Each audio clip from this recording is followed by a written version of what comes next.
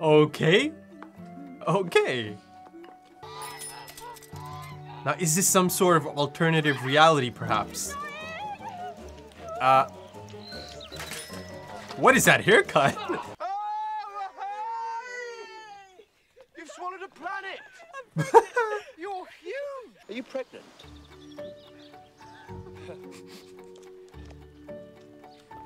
What is going on right now? Even the color grading is quite distinct in this. Good. Whoa. Old.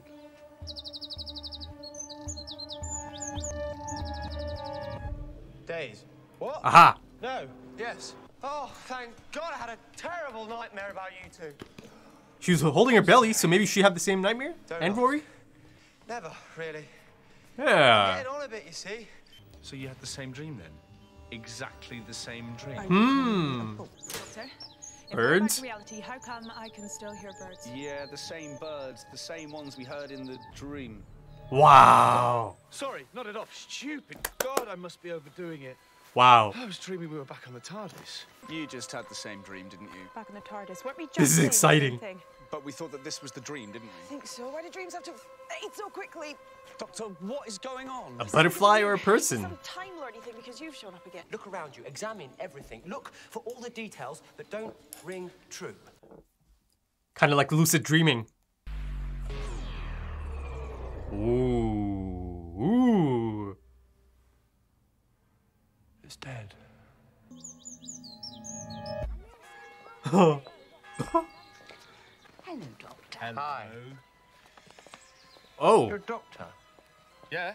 Doctor, not nurse, just like you've always dreamed. How interesting. Hmm. Well, your dream wife, your dream job. Look at this Probably angle. Your dream baby. Maybe this is your dream. Someone, something is overriding my controls. Well, that took a while. Honestly. Whoa. I heard such good things. How did you get into my time? I know him. What are you? What should we call me? Well, if you're the Time Lord, let's call me the Dream Lord. Whoa. Nice look. This? No, I'm not convinced. Bow ties is very, very bad. Look at this X-ray. Your brain is completely see-through. But then, I've always been able to see through you, Doctor. Always. What do you mean, always? Now then, the prognosis is this. If you die in a dream, you wake up in reality. You can even tell in the color grading, it has like a dreamy filter on it almost. Or glow. Is nobody going to mention Rory's ponytail? You hold him down, I'll cut it off. This from the man in the bow tie. Bow ties are cool. I'm loving this banter though, man. They make a great team. A trio. Sorry, there should be some stuff down there. Have a look.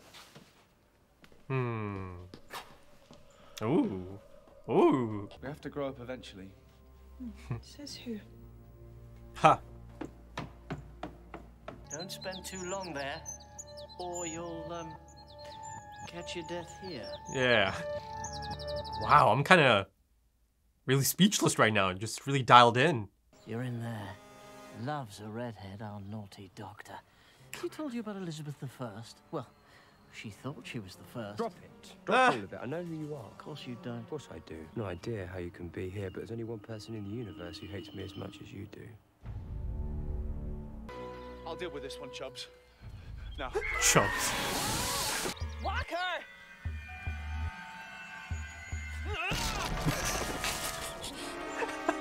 Yes, we got lots of steak here this week.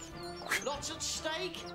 I don't know, but I can't feel my feet and other parts. I think all my parts are basically fine. Stop competing. If we could divide up, then we'd have an active presence in each world, but the dream is switching us between the worlds. Why? What's the logic? Can you hear that? What? No. Oh no. Don't be scared. We'll be back. Amy's choice, okay. Worry. Doctor, don't leave me.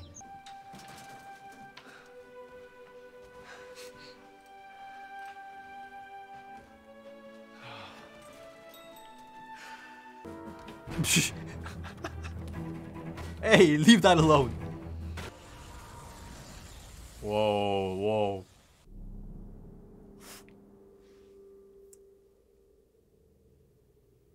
Wow. Poor Amy. And now he's left you with me. Spooky old not-to-be-trusted me. He's pretty creepy looking by nature. Anything could happen. Ugh. Oh, is that who you think you are? The one he trusts? Actually, yes. The only girl in the universe to whom the Doctor tells everything. Yes. So what's his name? River Song knows. Now.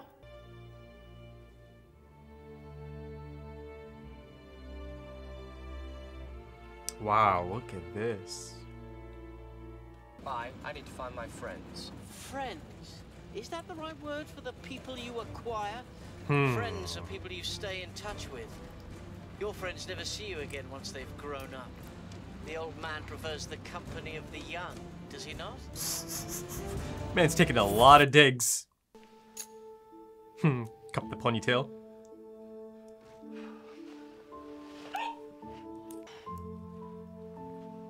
I was starting to like. Sorry, had to stop her for the butchers. I think the baby's starting. Honestly? Would I make it up at a time like this? Well, you do have a history of being very lovely. Why are they so desperate to kill us?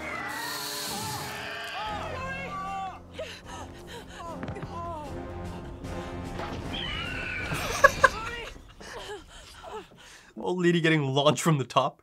I'm not ready.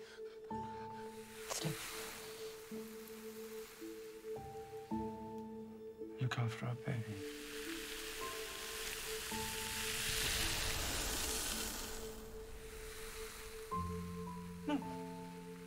No. Save him. You save everyone. You always do. That's what you do. What? Not always. I'm sorry. Then what is the point of you?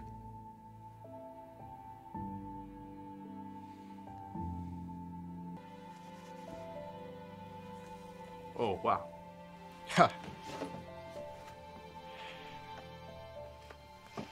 This I mean, is a dream.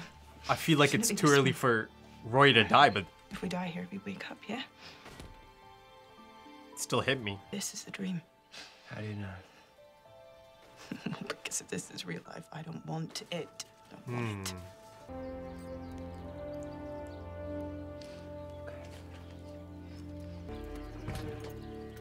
Is that creep in the back still? That look though. I love Rory, and I never told him. But now he's gone. Never told him. Really?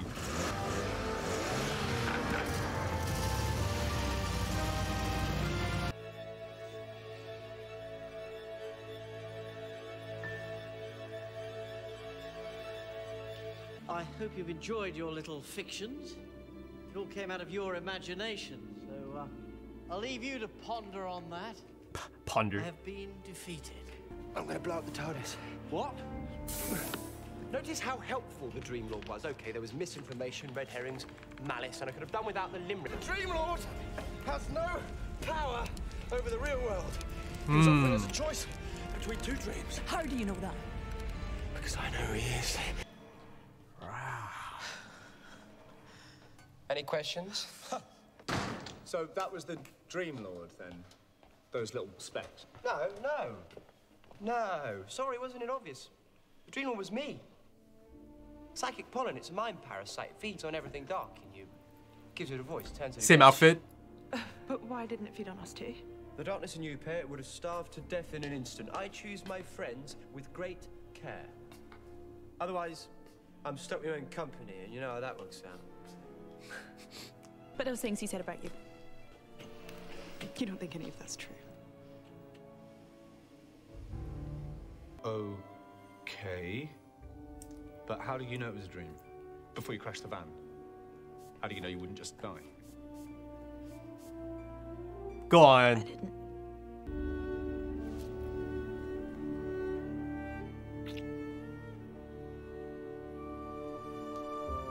Doctor's like, all right, I'm gonna step out.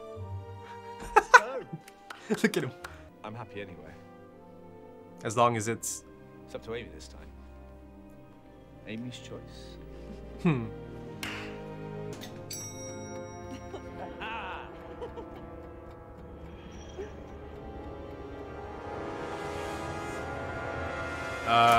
Right then, I've got to say that is a really, really fantastic episode. You know, in fact, I really do think it's probably in my top 10 of the series.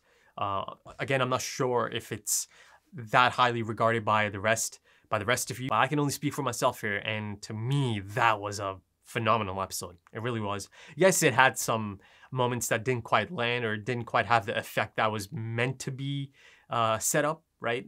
Maybe some of the tension that's being set up isn't really quite there because of the things that the audience already knows. But honestly, for the most part, that was just phenomenal. It really was. And I think I really like this episode so much because of the premise of the episode.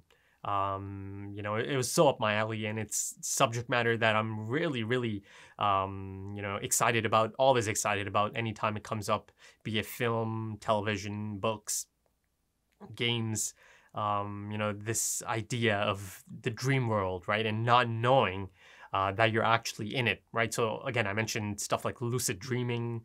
I mentioned stuff like Inception, right? Dream within a dream, delusions of reality, right? All that good stuff. You know, latching on to the idea of a dream and not wanting to let go. Even if you know there's a possibility that this isn't the reality, right? But it feels like the perfect reality. And I'm speaking of Rory in that sense. You see that to him, this is perfection. This is his perfect reality. But of course, you know, in that sense, there's also...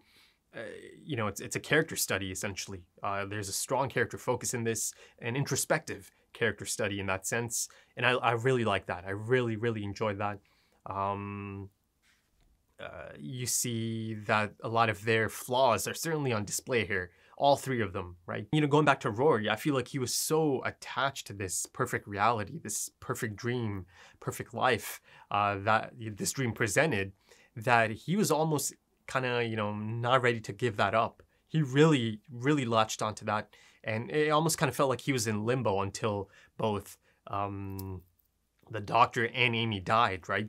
After running that bus or that truck. No, it's not a truck. It's like a bus, minivan, into the house. Though, if we're being honest, I don't think that was fast enough to actually kill both of them. But, you know, you have to overlook some of these things. Yeah, you know, you see that once they died, that's the exact moment he also comes to, right? So unless that was the whole setup there as well, you know, that all three of them essentially have to come out of that for all three of them to kind of wake up. Unless I'm just kind of overthinking it and it was just meant for a dramatic purpose to have him open his eyes, right, and see Amy right in front of him. But yeah, you know, I do think, you know, his flaws or some of his flaws, and there's only just a tiny bit of it, right? Because he's such a nice person, such a caring individual, a loving individual, though someone who is prone to jealousy, insecurities, much like the doctor. I'll get to the doctor. Whew, oh my goodness. But, you know, everyone has those, you know, no one's perfect. But yeah, that was one of the things, right? All of them had to face some of these flaws, even if they didn't want to, right? They had no choice in this. And the doctor certainly didn't have a choice in being faced with himself, essentially, right? I mean, I guess essentially it's like a physical manifestation of his self-loathing, his regrets, his own insecurities, right? His own flaws. Yeah, he had to face that head on. The darkness within, because it is there, and you get to see once again just how low he thinks of himself, right? Through this Dream Lord persona, right? Now, you know, I've got to say, that was a fantastic limited appearance character, essentially. You know, again, it feels like it was just like a one-off type character given how that character was able to exist in the first place. But you see in the final shot, as he sees a reflection, right? That it's always kind of going to be a part of him. The Dream Lord is always going to be a part of him, right? All of that stuff that kind of came out, that's always there, right? But now instead of being out in the open, it's back inside him, right? Deep within him. It's always been there. You see that, you know, that was a side of him that he really kind of keeps locked in.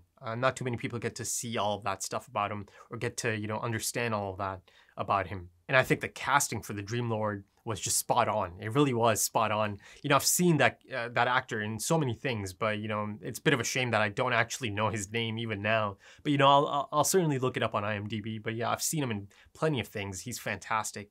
I thought the characterization of the Dream Lord is just perfect. It's just spot on. This mean-spirited old man who's just kind of chirping at them nonstop, right? Just like the birds. And of course, speaking of performances, I think all of them, all four of them, or all three of them, you know, Rory, the doctor, and Amy, Amelia, all three of them are just fantastic in this. I mean, I should say the actors are fantastic in this.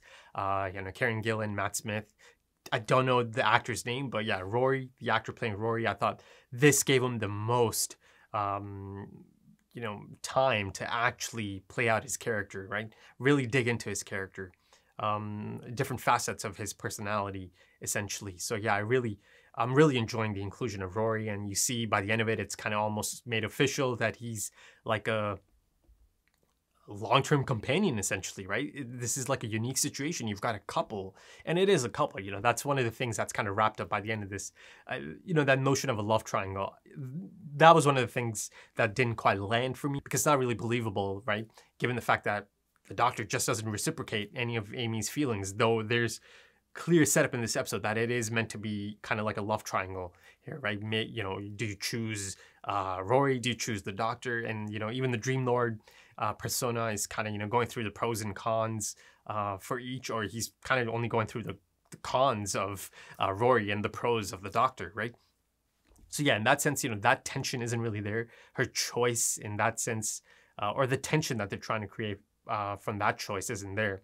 And, you know, speaking of picking the right reality, though in the end, both of them end up being dreams, right? Maybe that tension wasn't there either, given the fact that it was really clear right from the beginning. I mean, I initially thought it was an alternative reality, but it became clear, you know, that that village it's a dream. That's certainly one of the dreams. At no point did I think that the village is reality, or is their reality. There's just too much that, you know, almost immediately kind of eliminates it from that process. You know, that opening of them just all of a sudden having this life and Amy being pregnant and the doctor showing up. I think they mentioned 5 months or something. It actually even felt like silence in the library, didn't it? Or Forest of the Dead.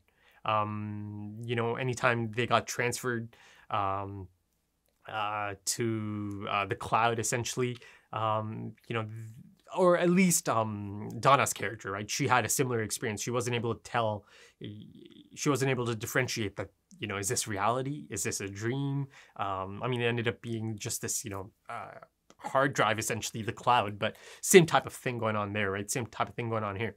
Not quite able to tell if it's, you know, reality or not, or it feels so real, yet it's not, right? That was one of the things going back and forth. And again, all of this, I guess, you know, they explained at the end, it was because of this psychic pollen. Yeah, I mean, yeah, I guess you needed some explanation for it, right? I guess that'll do. Some of it just kind of got into the TARDIS and got into the wrong spots and kind of induced this dreamlike state, a shared universe, essentially a shared dream state. Though I do know River's Song was in there recently. No, I'm not doubting River's Song. I haven't, you know, I'm not saying that she has any insidious notions or ideas, but, you know, she was in the TARDIS recently. Again, this is probably a case of me overthinking it. You know, I think it's as simple as it just being in there, you know, the psychic pollen just kind of showing up in there. So yeah, you know, so maybe the love triangle aspect of it wasn't really quite believable. It didn't really quite really mean much, given the fact that all of us know that the doctor doesn't even reciprocate those feelings.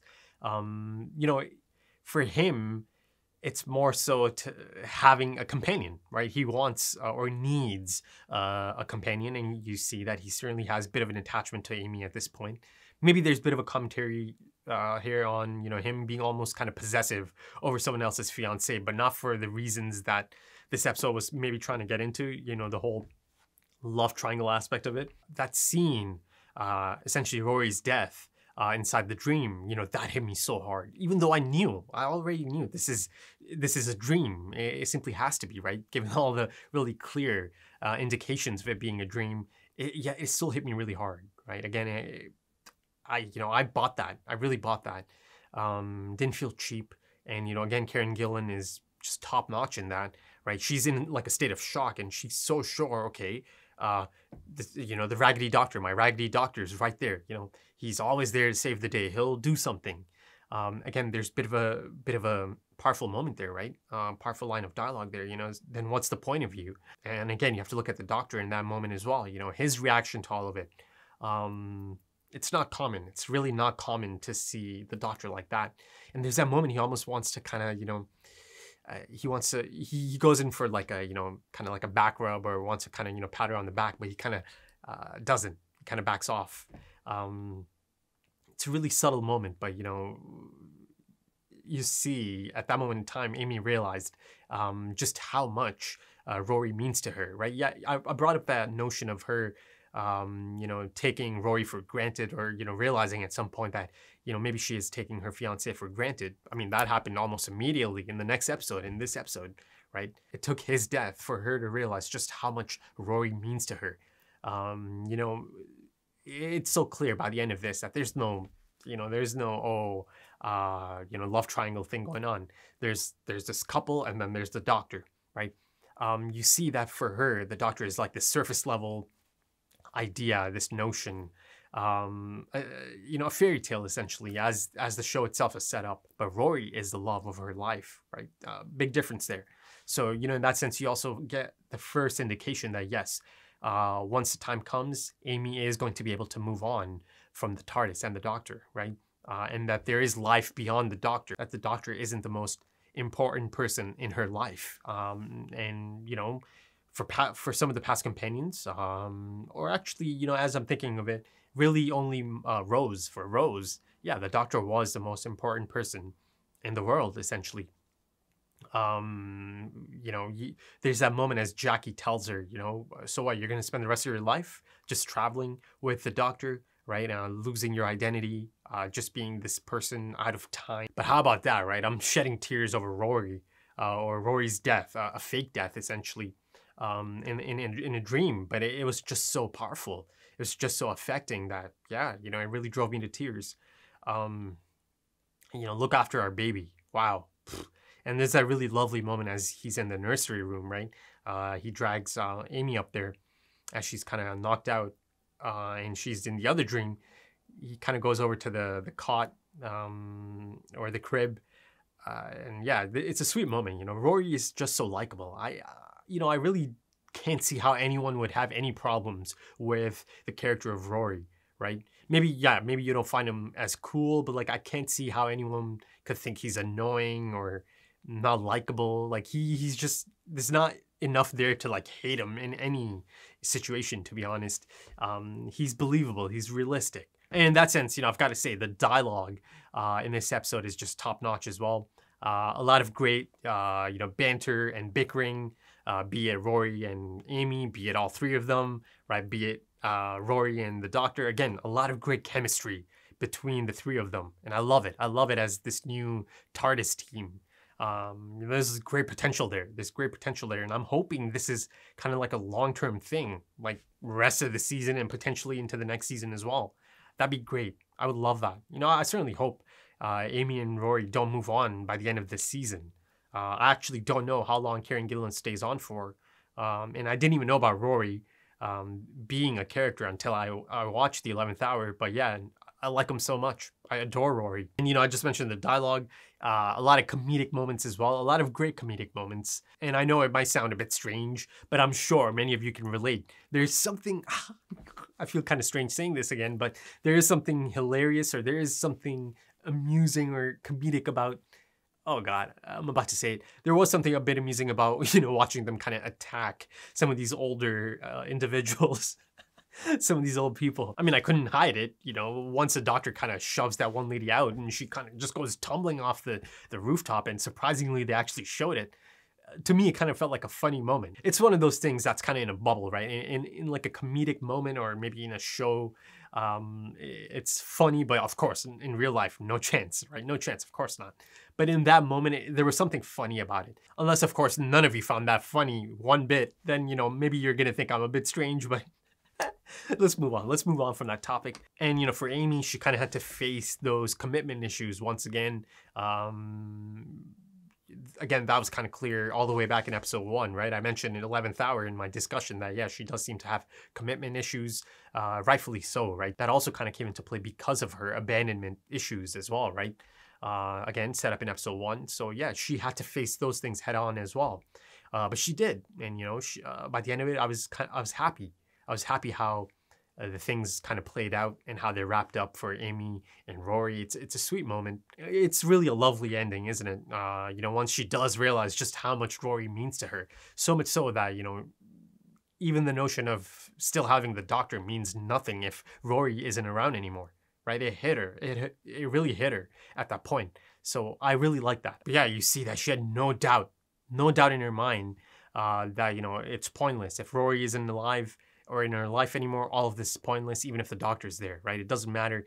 You see, and she really sticks to her guns. You know, she immediately decided, no, you know, this can't be real. If Rory's not here, it can't be real. And that she was immediately ready to take that option, to go down that route, right? Kill herself in an attempt to, you know, reunite with Rory.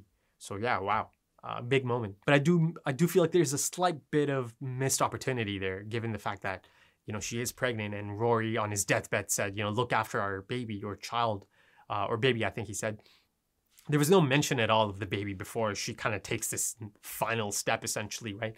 And they go to the other dream. But also in that sense, it kind of, perhaps there's a bit of foreshadowing here, how things might end up for Amy and Rory, that indeed they are going to get married, they are going to have a child. Maybe they are showing us a bit of that right here in this episode.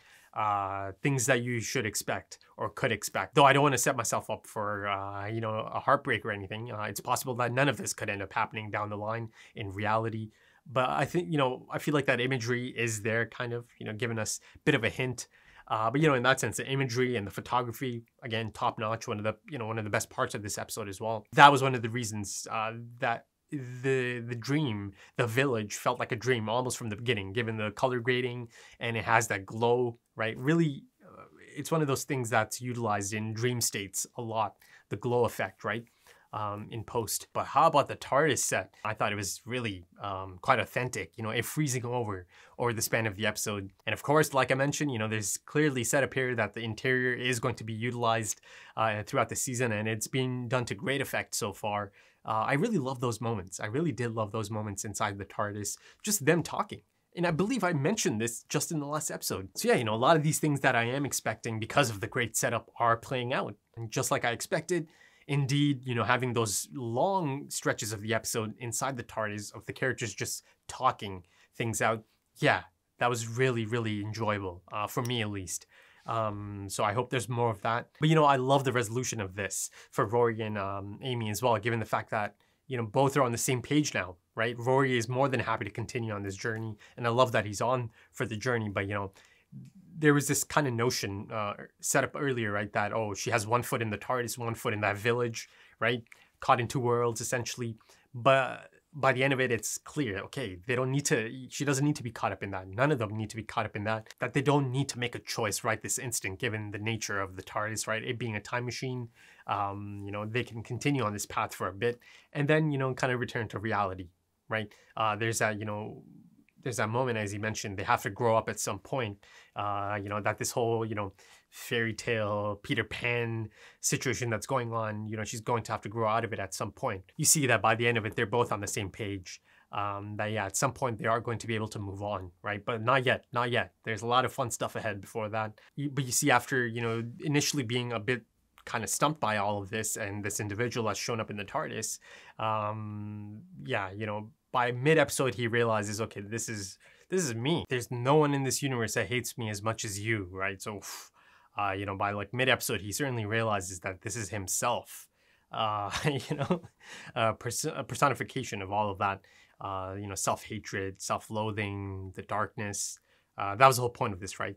The darkness kind of coming out and being personified. But yeah, you know, Matt Smith, I loved him in this. I really did. I've loved him so far, you know, all of this season, 7 episodes in. But yeah, that episode, it was really intriguing to get that look at him, to get a look at that side of him. But yeah, you know, that's about it for this one. There seems to be a full-fledged companion. And now you have like a trio, right? You've got the Doctor and Rory and Amy. So I'm loving it. I'm really loving all of that. So ultimately, you know, any notions of a love triangle or any, you know, awkward energy that's kind of there between the 3 of them, that's kind of been resolved from the looks of it. You know, again, for Amy, the Doctor is like a surface level infatuation she's had all her life, essentially, right? This fairy tale. And then on the realistic and reality side of things, Rory is the love of her life, right? That's crystal clear at this point. Great episode. I really enjoyed that. If you enjoyed this, consider dropping a like. Consider dropping some comments. Give me your thoughts. If you're into full length or perhaps even early access to the next episode right now, consider checking out the Patreon page. The link is in the description or in the pinned comment. Also, there's a link to my social media, Twitter specifically, if you're into that. But yeah, that's about it for this one. Thank you for joining me and thank you for your time. And I hope to see you again soon for the next one. Until then, take it easy.